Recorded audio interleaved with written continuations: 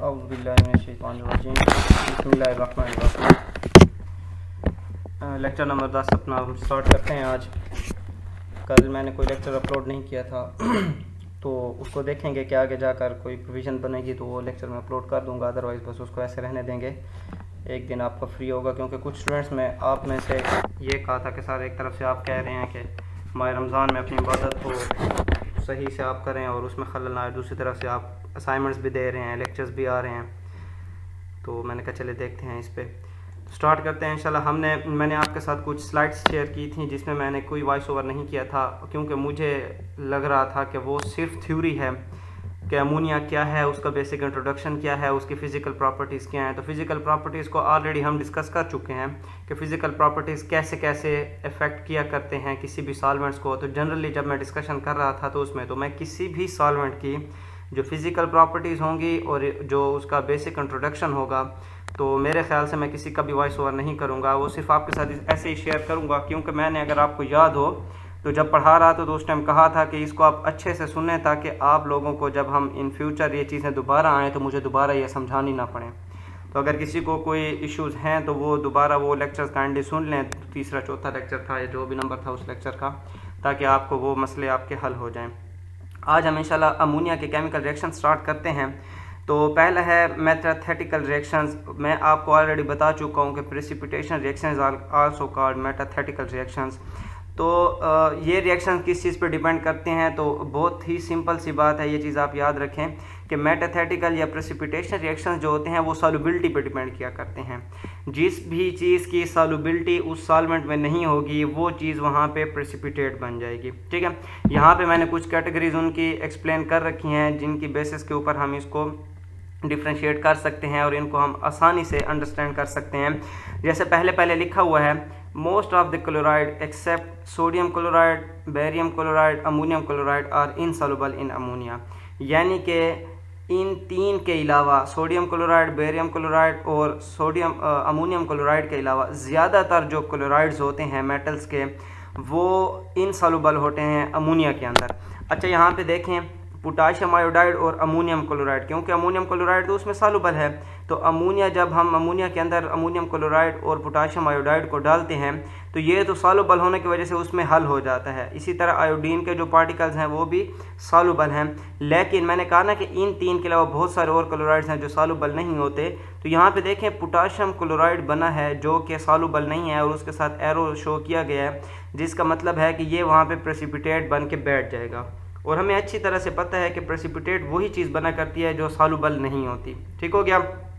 इसी तरह similarly bromides and iodides are precipitated. तो जितने भी ब्रोमाइड्स होते हैं और आयोडाइड्स होते हैं वो उसमें सॉल्युबल नहीं होते, बल्कि क्या होते हैं, उसमें जाकर बैठ जाते हैं। तो it's mean that few chlorides are soluble while bromides and iodides are totally insoluble. Exceptions will be there. कोई एक आधा ब्रोमाइड, कोई एक आधा आयोडाइड ऐसा आ सकता है नेचर में जो कि उसमें सॉल्युबल हो, लेकिन ज़्यादातर जो हैं वो सॉल्युबल नहीं होते।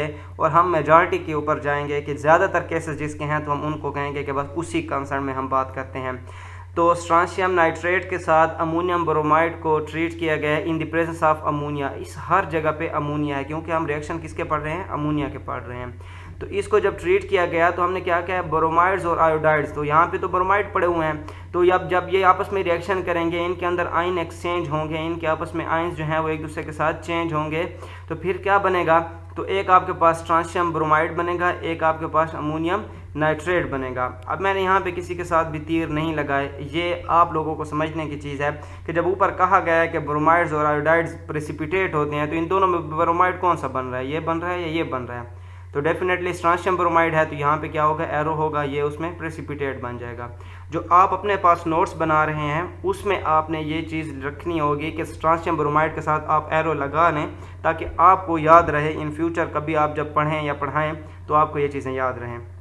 इसी तरह जिंक नाइट्रेट के साथ अमोनियम आयोडाइड को जब हम ट्रीट करते हैं in the presence of ammonia, तो जिंक आयोडाइड जो है वो क्या होती हैं, प्रेसिपिटेट हो जाते हैं और अमोनियम नाइट्रेट उसमें डिज़ोल्व हो जाते हैं।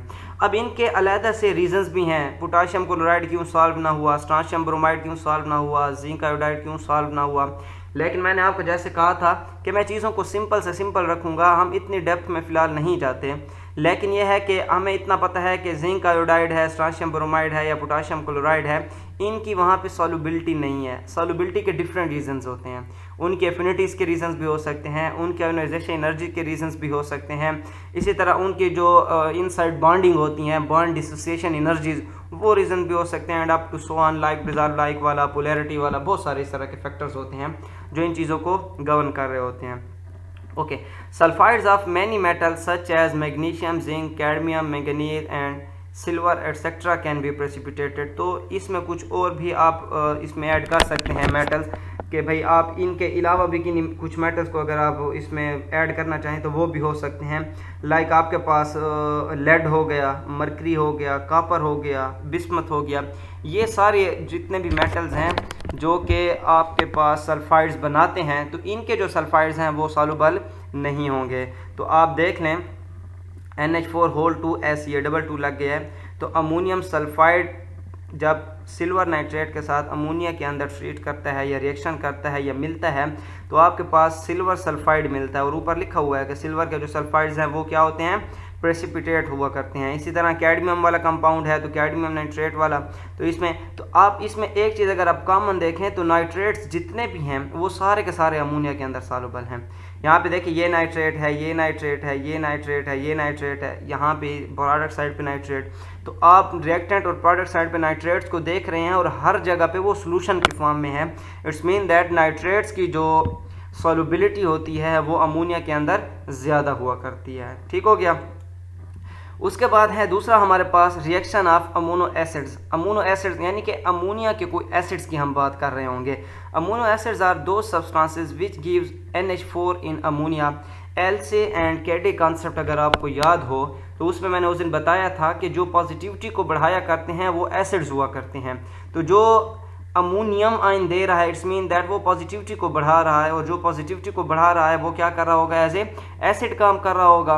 और जो एसिड है अब उसके कौन से रिएक्शन है, ठीक हो गया। उसने प्रोडक्ट साइड पे अमोनियम नहीं देना, बल्कि प्रोडक्ट नहीं रिएक्टेंट साइड पे अमोनियम होगा और उससे आपने रिएक्शन करना है। तो यहाँ पे देखें आप, सोडियम प्लस NH4 पॉजिटिव, यानी कि इसका एक कोऑर्डिनेट कोवेलेंट बॉन्ड है, इसके पास एक प्रोटॉन की एक्सेस अमाउंट है। तो जब यहाँ पे प्रोडक्ट साइड में ये अमोनिया के अंदर जाएगा तो ये क्या करेगा, सोडियम ने अपना एक इलेक्ट्रॉन लॉस कर दिया, इसने अपना प्रोटॉन लॉस कर दिया, वो दोनों मिलकर क्या बना रहे हैं, 1/2 H2, यानी कि एक प्रोटॉन और एक इलेक्ट्रॉन उसका कंप्लीट हो गया। ठीक हो गया। अब इस हाइड्रोजन ने यहाँ पे क्या काम किया है, यहाँ पे ये एसिड है और इसकी निशानी क्या है, ये वाला। तो अकॉर्डिंग टू लिविस कॉन्सेप्ट जो इलेक्ट्रॉन को एक्सेप्ट किया करते हैं वो क्या हुआ करते हैं, एसिड्स हुआ करते हैं। तो यहाँ पे कौन सा एसिड पड़ा हुआ है, 1/2 H2। 1/2 H2 यानी कि H2 का आधा एक हाइड्रोजन की बात हो रही है। ठीक हो गया। Metal oxides and hydroxides are also dissolved in ammono acids as, आपके पास मेटल के ऑक्साइड्स भी हो सकते हैं, हाइड्रोक्साइड्स भी हो सकते हैं। आप FSC में पढ़ते हैं कि ग्रुप फर्स्ट और सेकंड के जो हमारे पास ऑक्साइड्स और हाइड्रोक्साइड्स हैं, इसी तरह थर्ड के भी पढ़ते हैं। फिर हम उनके नेचर्स को भी देखा करते हैं कि ऑक्साइड्स और हाइड्रोक्साइड उनके एसिडिक हैं, बेसिक हैं, एम्फोटेरिक हैं, अप टू सो ऑन। तो उस डिटेल में मैं नहीं जाऊंगा। अगर आप लोगों को मतलब उसके समझने का या पढ़ने का शौक हो तो आप FSC की बुक उठा लें सेकंड ईयर की, तो उसमें पहले 2 चैप्टर्स आप पढ़ लें तो आपके ये कॉन्सेप्ट क्लियर हो जाएगा कि भाई देखें पहले और दूसरे ग्रुप के बेसिक्स क्यों हैं और तीसरे चौथे पांचवें वाले एसिड क्यों बन जाते हैं वगैरह वगैरह। तो सोडियम ऑक्साइड को जब अमोनियम क्लोराइड के साथ ट्रीट करते हैं तो आपके पास देखें अमोनियम, यहाँ पे फिर वही अमोनियम है, तो ये अपना एक प्रोटॉन छोड़ देगा। ये जब छोड़ेगा तो यहाँ से देखें 1 मिनट के लिए आप यहाँ से अमोनियम क्लोराइड को तोड़ दें। मैंने क्लास के अंदर आपको पढ़ाया था कि अमोनियम क्लोराइड की फॉर्म में कभी भी नहीं रहता, ये फ़ौरन से डिकम्पोज हुआ करता है किसके अंदर, NH3 में और HCl में। तो इसको तोड़ दें, NH3 और HCl में तोड़ दें, तो NH3 तो एक स्टेबल कंपाउंड है वो अलहदा हो जाएगा। बाकी जो पीछे रह गया वो क्या करेगा, सोडियम ऑक्साइड और HCl ये आपस में ट्रीट करके आपके पास बनाएंगे सोडियम क्लोराइड एंड H2O। ठीक हो गया। बैलेंसिंग का यहाँ पे इशू नहीं है, बैलेंसिंग आप प्रैक्टिस करें, खुद कर लें तो ठीक, अदरवाइज मैं आपको बता दूंगा। बैलेंसिंग का प्रॉब्लम नहीं है कि आपने यहाँ पे नंबर्स बढ़ाने होते हैं, वो आसान है।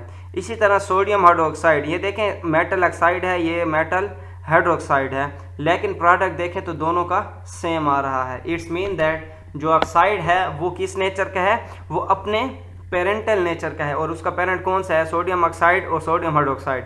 तो इनमें ज़्यादा आपने किसको देखा है, तो डेफिनेटली हम इसको देखते हैं। ये रिएक्शन किसका है, ये NaOH का है। तो it's mean that sodium oxide की जो नेचर है वो कौन सी वाली है, सोडियम हाइड्रोक्साइड वाली। तो बेस नेचर है इसकी, ये एसिडिक इन नेचर है इस टाइम। तो ये आपके पास क्या बनाएगा, NaOH plus NH4Cl in the presence of ammonia.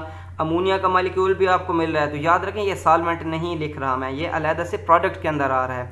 Ammonia का molecule, sodium chloride and water. ठीक हो गया।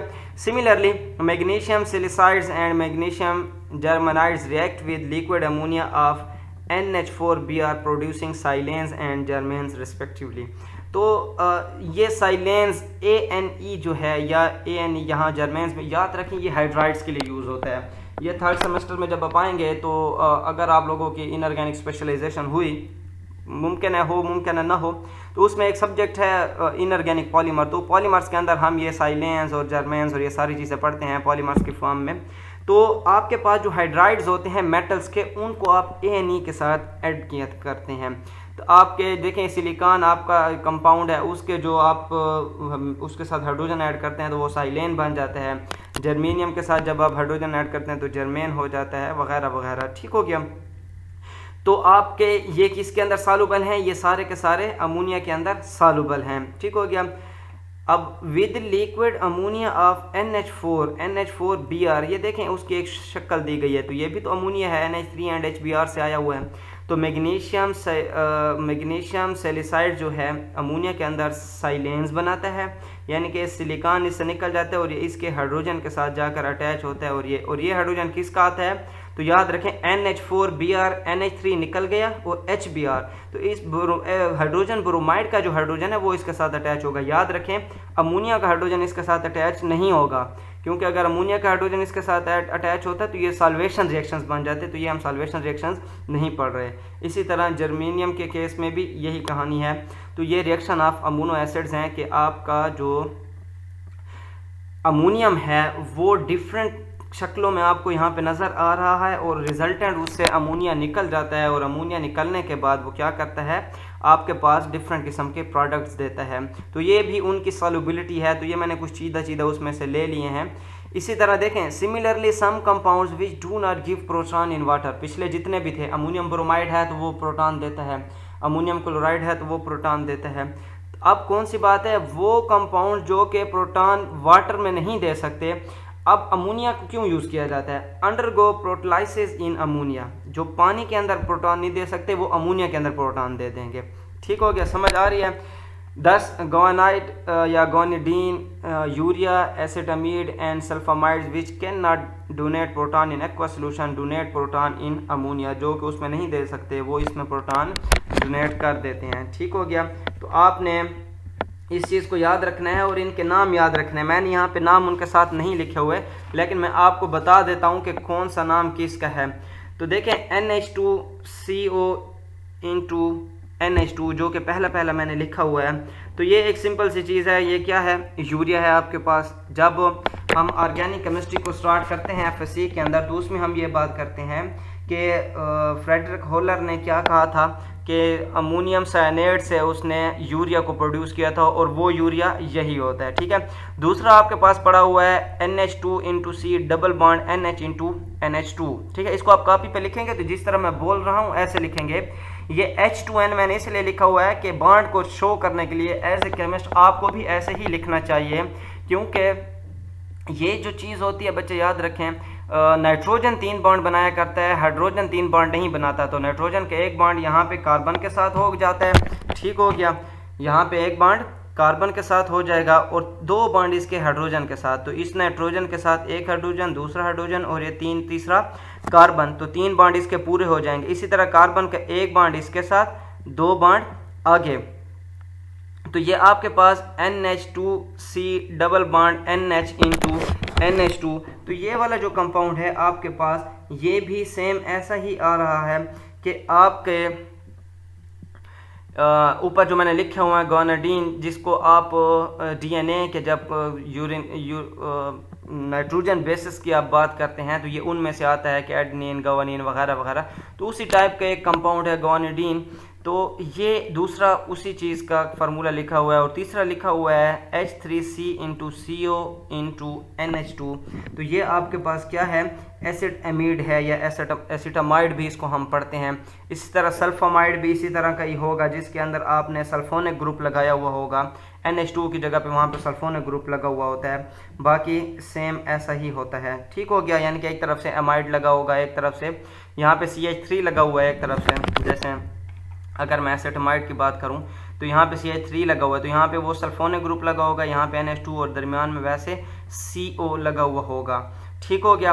तो आप यहाँ पे देखें, जब ये अमोनिया के साथ ट्रीट करता है तो ये क्या कर देगा, यहाँ देखना है ये चीज़ को, यहाँ पे NH2 है, ये क्या हो गया, NH1 हो गया है। तो इट्स मीन दैट, अच्छा यहाँ पे भी गलती हुई पड़ी है, ये N2H नहीं है, ये NH2 है, ये 2 इसके साथ है, ठीक हो गया। तो इसने अपना एक प्रोटॉन डोनेट कर दिया। और ऊपर यही बात हुई थी कि वो कंपाउंड जो कि पानी में प्रोटॉन नहीं देते, वो भी यहाँ पे आकर प्रोटॉन दे दिया करते हैं, ठीक हो गया। अच्छा, उसके बाद दूसरा है NH4 पॉजिटिव, जो कि पॉजिटिविटी को बढ़ा रहा है। तो it's mean that it will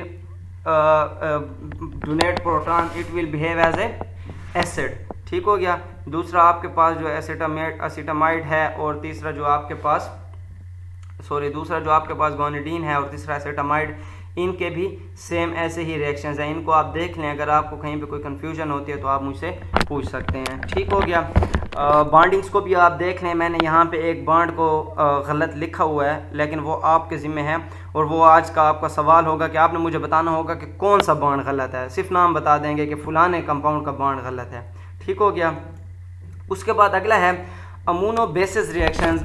अब अमोनो बेसिस, जैसे अमोनो एसिड्स हैं हमारे पास, वो NH4 की कंसंट्रेशन को बढ़ाते हैं। तो हम कह सकते हैं कि दो substances which can give NH2 in liquid ammonia are called ammono bases, ठीक हो गया। तो जो अमोनिया के अंदर जाकर NH2 देते हैं, यानी कि नेगेटिव होता है ना, एमाइन की कंसंट्रेशन को बढ़ाते हैं, नेगेटिविटी को बढ़ाते हैं, तो वो अमोनिया की बेसिस हुआ करते हैं। इसमें हम कह सकते हैं कि several metals react with ammono bases and give metal amide, imide and nitrides. तो ये इस डिफरेंट किस्म के कंपाउंड्स हैं जो कि प्रेसिपिटेट हो जाएंगे अमोनिया के अंदर। तो देखें, सिल्वर नाइट्रेट को हमने पोटाशियम एमाइड के साथ, एमाइड और इमाइड में फ़र्क है, ठीक हो गया। तो ये एमाइड है, तो सिल्वर नाइट्रेट को जब हम पोटाशियम एमाइड के साथ ट्रीट करते हैं तो सिल्वर एमाइड जो है वो बनता है, जो कि प्रेसिपिटेट हो जाता है। तो उसने क्या कहा, several metals react with ammono bases. तो ये मेटल्स है ना, सिल्वर भी मेटल है, पोटाशियम भी मेटल है, तो इनके कंपाउंड्स हैं, ये अमोनिया के साथ रिएक्ट कर रहे हैं, ठीक हो गया। और रिजल्टेंट क्या बनेगा, एमाइड भी बन सकता है, इमाइड भी बन सकता है, नाइट्राइड्स भी बन सकता है, सल्फाइड्स भी बन सकते हैं, क्लोराइड्स भी बन सकते हैं। तो वो सारे क्या होंगे, उसमें प्रेसिपिटेट हो जाएंगे। तो silver amide, lead amide and up to so on. तो ये रिएक्शंस आप लोग देखें, यहाँ तक अगर आपको कोई कन्फ्यूजन हो तो आप मुझसे पूछ सकते हैं, ठीक हो गया। तो उम्मीद है इंशाल्लाह आप लोग जब इसको सही से एक बार सुनेंगे, पढ़ेंगे, देखेंगे तो आपको कोई कन्फ्यूजन नहीं रहेगी। अगर आप कुछ पूछना चाहें तो आप मुझसे पूछ सकते हैं। जज़ाकल्लाह, अस्सलाम वालेकुम।